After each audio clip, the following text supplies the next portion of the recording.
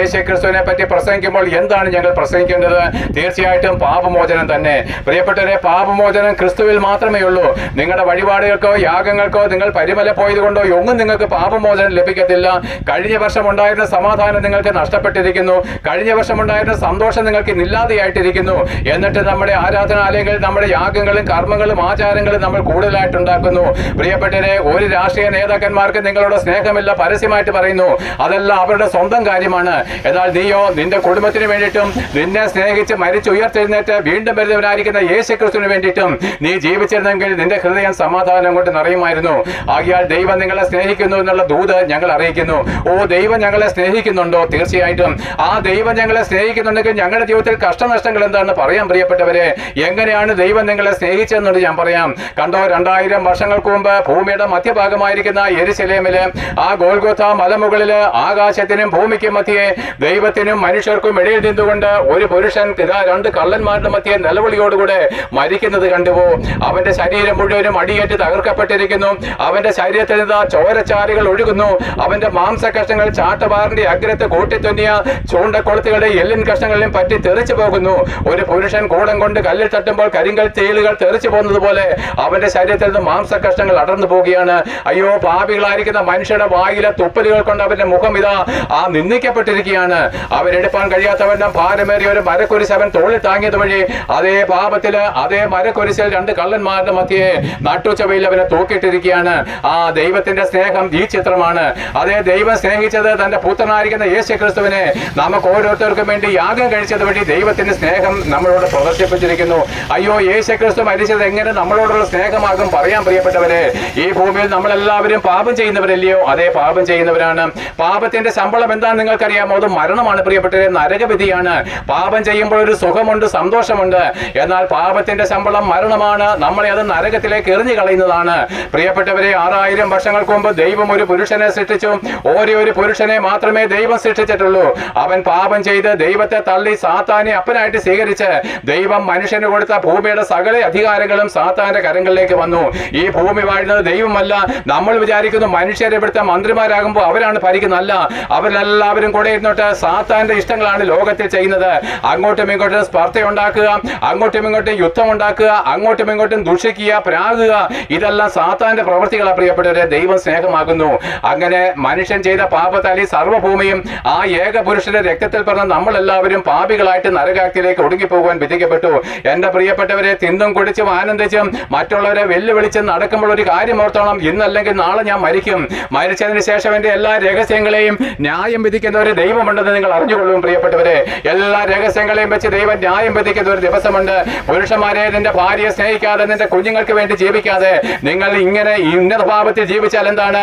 നിന്റെ ജീവിതവും നശിച്ചു പോവുകയാണ്. എന്നാൽ നോക്ക് പ്രിയപ്പെട്ടവരെ, ഇങ്ങനെ നശിച്ചു പോയ സകല മനുഷ്യരെയും രക്ഷിക്കേണ്ടതിന് ലോകാവസാനത്തെങ്കിൽ ദൈവം തന്റെ പുത്രനായിരിക്കുന്ന യേശുക്രിസ്തുവിനെ അവനെ ഈ ലോകത്തിലേക്ക് അയക്കുകയാണ്.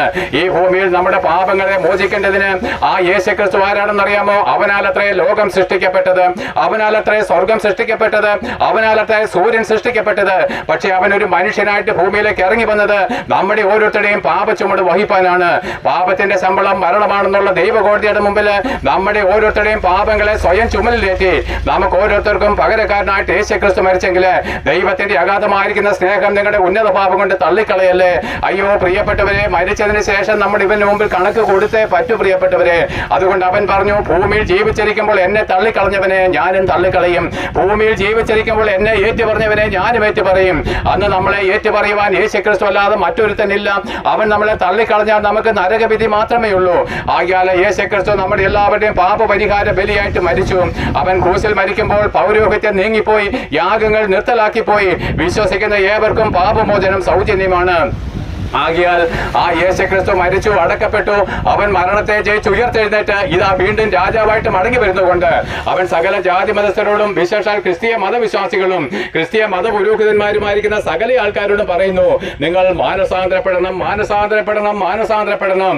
നിങ്ങളുടെ പാപവഴികളെ വിട്ടുതിരിയേണ്ടതിന് നിങ്ങളുടെ പിതൃപാരമ്പര്യങ്ങളും മതഭക്തികളും പൗരോഹിത്യങ്ങളും തള്ളി നിങ്ങൾക്ക് വേണ്ടി കാൽവറി ക്രൂശിൽ മരിച്ചുയർത്തെഴുന്നേറ്റ് ഭൂമിയുടെ ഏകാധിപതിയായിട്ട് മടങ്ങി വരുന്ന ഈ യേശുക്രിസ്തുവിനെ ഏകരക്ഷകനും ഏക കർത്താവും ദൈവവുമായിട്ട് അംഗീകരിച്ച് അവനെ മാത്രമേ ആരാധിക്കാവൂ എന്നുള്ള ദൈവ പ്രമാണത്തിലേക്ക് വരുന്നതാണ് മാനസാന്തരം.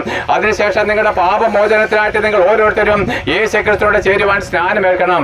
അങ്ങനെ സ്നാനമേൽക്കുമ്പോൾ ദൈവം തന്റെ പരിശുദ്ധാത്മാവിനെ നമുക്ക് തരും. ഇതാണ് പ്രിയപ്പെട്ടവരെ പാപമോചനം. ഈ ദൈവത്തിന്റെ ആത്മാവുള്ളവര് ഈ ശരീരം കുഴിച്ചിടുന്ന മരണത്തിലേക്ക് പോയാലും സാരമില്ല. നാളെ യേശുക്രിസ്തു മടങ്ങി വരുമ്പോൾ നമ്മുടെ ഈ ദ്രവിച്ചു പോകുന്ന ശരീരത്തെ അവൻ മാറ്റി തേജസ്സും തിളക്കമേറിയതുമായിരിക്കുന്ന ഒരു പുതിയ ശരീരം അവൻ നമ്മളെ അണിയിച്ച് 1000 വർഷം നമ്മൾ ഈ ഭൂമിയിൽ രാജാക്കന്മാരായിട്ട് വാഴുകയും 1000 ആണ്ടിന് ശേഷം ലോകം അവസാനിക്കുമ്പോൾ നമ്മൾ മരണത്തെ ജയിച്ചവരായിട്ട് സ്വർഗത്തിലേക്ക് പറന്നു പോവുകയും ചെയ്യും. എന്റെ പ്രിയപ്പെട്ടവരെ, ഇല്ല എങ്കിൽ എന്താ സംഭവിക്കുന്നറിയാമോ? ഇല്ല എങ്കിൽ എന്താണ് സംഭവിക്കുന്നറിയാമോ? നമ്മൾ നമ്മുടെ പാപത്തിൽ മാനസാന്തരപ്പെടാതാണ് മരിക്കുന്നതെങ്കിൽ, ഒരു പള്ളിയിലെ അച്ഛനായാലും തിരുമേനിയായാലും ശരി, മാനസാന്തരപ്പെട്ട് സ്നാനമേറ്റ് പാപമോചനം നേടാതെയാണ് മരിക്കുന്നതെങ്കിൽ, പ്രിയപ്പെട്ടവരെ, ഇന്നാണ് യേശുക്രിസ്തു മടങ്ങി വരുന്നതെങ്കിൽ ഇന്നേ 1000 ആണ്ട് തികയുന്ന ലോകം അവസാനിക്കും. അന്ന് പാപത്തിൽ മരിച്ച എല്ലാവരും കല്ലറകളെ വിട്ട് എഴുന്നേറ്റ് വരികയും യേശുക്രിസ്തുവിന്റെ സിംഹാസനത്തിന് മുമ്പിൽ നമ്മുടെ രഹസ്യങ്ങളും പാപങ്ങളും പരസ്യപ്പെടുത്തി അവൻ നമ്മളെ നരകാഗ്നിയിലേക്ക് തള്ളിക്കളഞ്ഞാൽ ആ നരകത്തിൽ നമ്മളെ വീണ്ടെടുപ്പാൻ ഒരു ശക്തിക്കും കഴിയത്തില്ല, ഒരു പുരോഹിതന്മാർക്കും കഴിയത്തില്ല, ഒരു നേതാക്കന്മാർക്കും കഴിയത്തില്ല.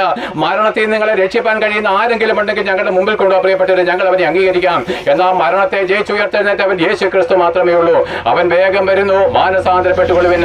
യേശുക്രിസ്തു വേഗം വരുന്നു, മാനസാന്തരപ്പെട്ടുകൊണ്ട് അവനിലെ രക്ഷയ്ക്ക് വേണ്ടി അവനിൽ വിശ്വസിച്ചുകൊള്ളുവിന്. അതേ പ്രിയപ്പെട്ടവരെ, നമ്മുടെ ആത്മാവിനെ ഇല്ലെങ്കിൽ അവൻ നരകാഗ്നിയിലേക്ക് തള്ളിക്കളയും. അപ്പന്മാരെ നിങ്ങളുടെ കുഞ്ഞുങ്ങളെ സ്നേഹിക്കുന്നുവെങ്കിൽ, അമ്മമാരെ നിങ്ങളുടെ കുഞ്ഞുങ്ങളെ സ്നേഹിക്കുന്നെങ്കിൽ, സഹോദരന്മാരെ നിങ്ങൾ നിങ്ങളുടെ സഹോദരന്മാരെ സ്നേഹിക്കുന്നുവെങ്കിൽ ഞങ്ങൾ പറയുന്ന സത്യസുവിശേഷത്തിന് ചെവി തരുവും. പ്രിയപ്പെട്ടവരെ, നമ്മുടെ ആത്മായ ശരീരം നരകാഗ്നിയിലേക്ക് എറിയപ്പെട്ടാൽ ഒരു നാളും ഒരു മടങ്ങി വരവില്ല, ഒരു നാളും ഒരു മടങ്ങി വരവില്ല. എത്ര കോടി വർഷം എന്നൊരു കണക്കില്ല പ്രിയപ്പെട്ടവരെ. അതുകൊണ്ട് തേങ്ങിക്കൊണ്ടുകൊണ്ട് കരഞ്ഞുകൊണ്ടാ പറയുന്നത് മാനസാന്തരപ്പെട്ടുകൊള്ളുവിന്. ഈ വചനങ്ങളാൽ ദൈവം നിങ്ങളെ യേശുക്രിസ്തു മുഖാന്തരം അനുഗ്രഹിക്കുമാറാകട്ടെ.